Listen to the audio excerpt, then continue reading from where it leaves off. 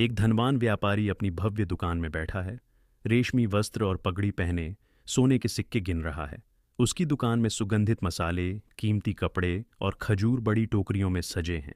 बाजार में चहल पहल है, लोग मोल भाव में व्यस्त हैं। तभी एक सरल और विनम्र यात्री दुकान में प्रवेश करता है।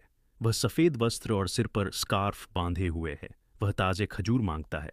व्यापारी चालाकी से बासी खजूर निकालकर अधिक दाम वसूल करता है।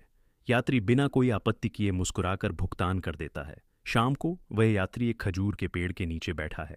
जब वह खजूरों को देखता है तो निराश हो जाता है। फिर वह अपनी आंखें बंद कर ईश्वर से प्रार्थना करता है कि या तो व्यापारी को सद्बुद्धि दे या उसका हिसाब ले। रात में व्यापारी सपना देखता है कि वह अंधकार में एक बड़े तराजू के सामने खड़ा है, जहां उसके पापों का पलड़ा भारी है। घबराकर जागने के बाद वह सुबह यात्री के पास दौड़ता है, क्षमा मांगता है और पैसे लौटाता है। अब वह ईमानदारी से व्यापार करता है, ज़रूरतमंदों की मदद करता है।